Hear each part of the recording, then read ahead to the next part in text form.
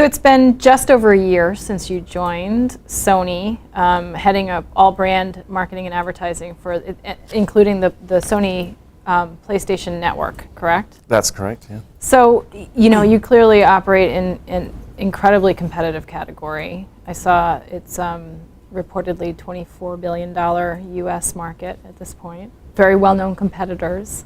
And it's been a time of real change and flux in the industry. So let's talk a little bit about, the marketing challenge when you came on board and really what you've tried to do in this first year in this role. Yes, well, thank you very much for having me along here today. I feel extremely lucky to have the opportunity to work with the PlayStation brand team. It's a brand that is known globally. It's a brand that now has 25 million followers on Facebook.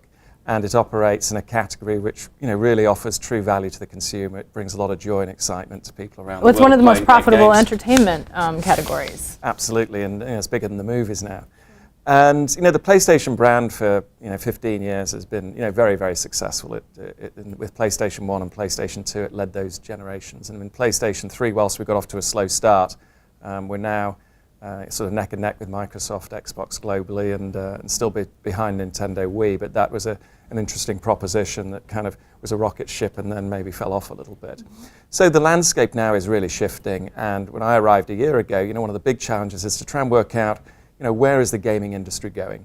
What's incredibly exciting is there's more people than ever gaming, so more and more people are playing games. And what is the number right now? Do you have a? So over 70% of the US population claim to play games on a regular basis. Yeah, so you're talking about 200 million people are playing some form of game or another. The challenge for a marketer like us is to navigate the changing nature of the way people play games. So if you think back 10 years ago, who could imagine all of the devices that you could now possibly play games on, like smartphones, like social media platforms, like tablets?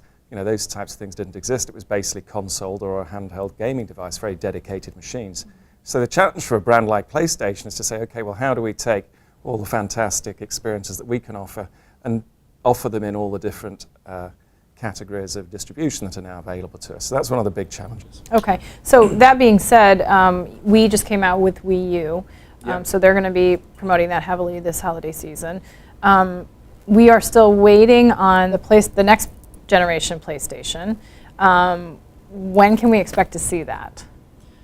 Well, PlayStation 3 is currently in the 7th year of its life cycle and is actually selling better than ever right now globally. So we're still investing heavily behind that platform. And you've just come out with a new version of it too, is that correct? Yeah, we did. Yeah. We just launched a new, higher powered, higher gig version, which we still think the platform's got great potential. We're continuing to invest in first-party games. We've got some tremendous games coming next year. The Last of Us is Naughty Dog's latest game, which is going to be a fantastic big hit next summer. We've got Beyond coming as well, which is another really interesting, engaging game. So we're continuing to invest in that platform. That said, we're very conscious that things are moving on, and whilst I can't comment today, some people are speculating that in the not too distant future there will be another generation from us. Okay. So now, meanwhile, you have the handheld, the Vita. Yeah. And what is your marketing strategy there for that product vis-a-vis the console?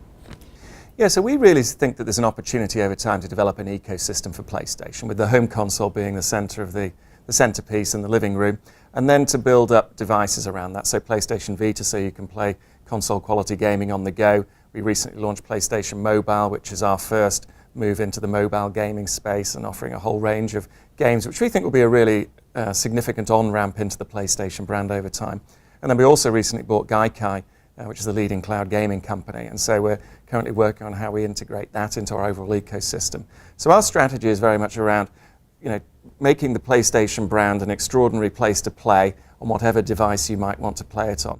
But I don't think there's, ever been a better time to be in gaming, because what we're seeing is more and more people coming into gaming, they're actually graduating towards the more immersive console experiences. So while some people are predicting the death of the console, we certainly don't see that at all. And in fact, when you talk to all the key publishers, we're very, very bullish on the future of console gaming, because consumers just love those deep immersive experiences, that you can't get anywhere else. Is there sort of a singular market or audience that just exclusively wants to play on the Vita, or do you really see your target as this holistic group that plays on all the different platforms, or do you segment out the users? Well, we think over time that the Vita can be a fantastic companion application to the PlayStation system. Sure. And we have a long-term plan. It's a 10-year investment for us. The initial focus has been on the more core gamer experience, and a lot of the games that have come out that have been very popular so far have been those types of games. But we've got a lot of plans to launch more family and younger titles, and so we think we can really broaden the offer with the Vita platform. So of the argument that says that smartphones make handhelds irrelevant, what's your argument against that? Well, I don't think you can confuse a smartphone game that you download for free and burn a bit of time with a Vita game, something like Uncharted Golden Abyss, which is a specially designed game that brings to you a very immersive, deep experience. They're very different things. Mm-hmm. So our view is that there's a market for both type of things. We're in the mobile gaming space now. It's something that we think will be a fantastic on-ramp for us. But we really think that there's a big opportunity with Vita for the long term. Now, you mentioned the cloud-based gaming. You don't see that as a threat. You see that as an opportunity for PlayStation? Yeah, very much so. I mean, the challenge for marketers is to try and understand how the needs of consumers is going to shift over time, how the market's going to shift over time. And we very much have always led the industry. I mean, we've pushed the boundaries of play ever since PlayStation 1 came into being, and we'll continue to be at the leading edge of gaming because we want to offer the best place to play that's always extraordinary. Do you see the cable companies getting into gaming as a threat? I mean, here's a wholly new competitor. Well, there's any number of people who are very keen to get into gaming, and there are competitors everywhere. It's a huge industry that's growing.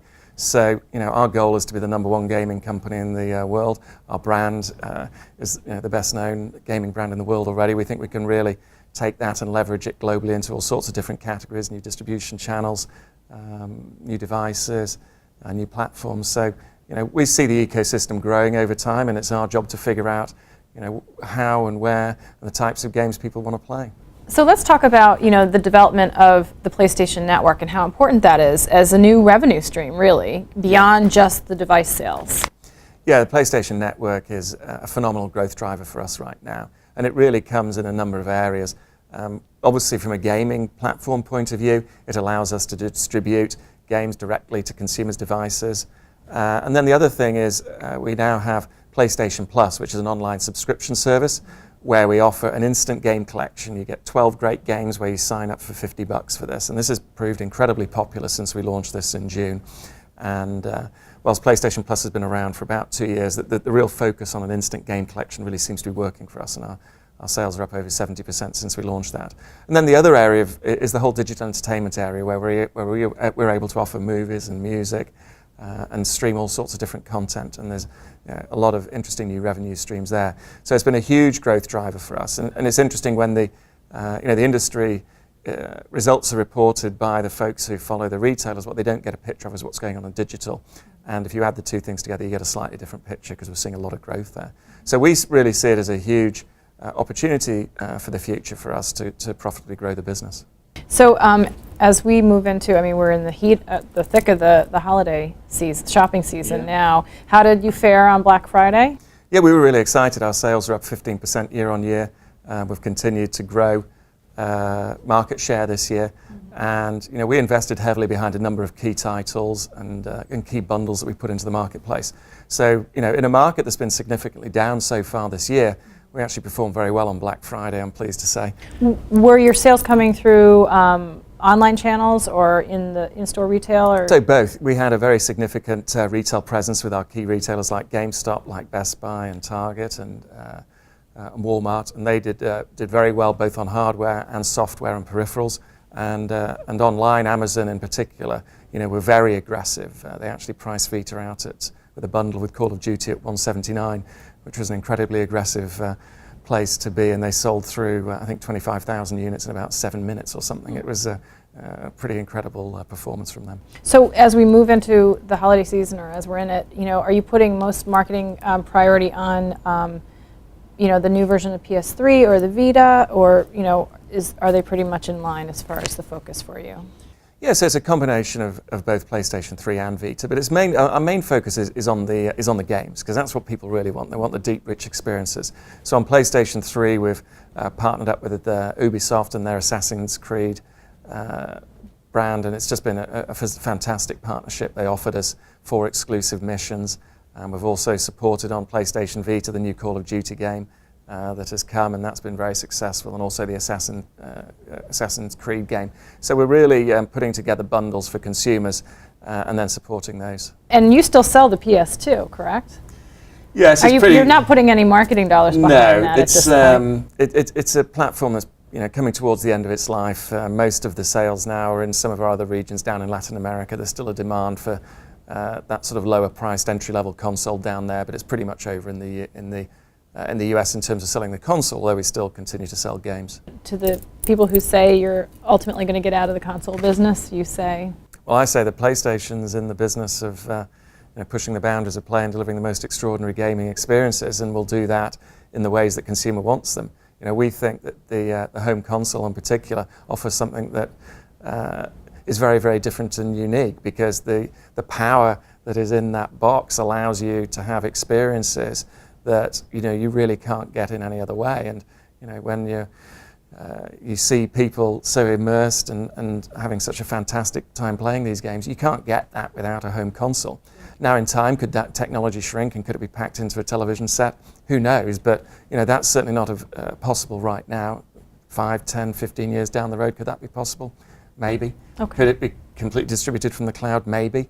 But we'll navigate that as we go along. But we definitely see that there's a huge opportunity for home consoles right now. PlayStation 3 is continuing to sell very well in the 7th year of its life cycle. We'll go through the 70 million mark globally, which is parity with Xbox. So we're very excited about the performance of PS3. It's still a real dominant platform in gaming. You personally have a background, you classically trained marketer, you have experience at Kellogg's and Kraft and P&G. Yeah. What lessons and what skills and what experience do you take from those roles into your role here at Sony? Well, I feel very fortunate to have worked for such incredible companies that are really consumer marketing led. And Sony is a phenomenal global brand that obviously is having some tough times right now. And the real push is to put the consumer right back in the heart of the business.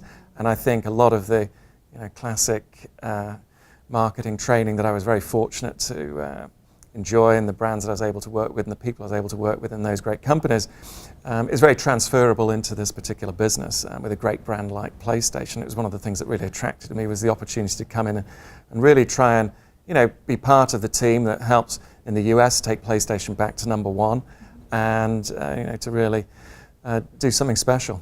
By listening to consumer insights and being very closely attuned to what their wants and needs are. Yeah, and in my first year, there's been a huge focus in terms of really understanding the relationship between consumers and our brands, and really understanding what their needs are. We've done a significant consumer study, a significant brand study, and what that has done is help us really get a good sense of the strengths and weaknesses of the PlayStation brand, where it sits in the gaming landscape, and really help us create a vision for future growth.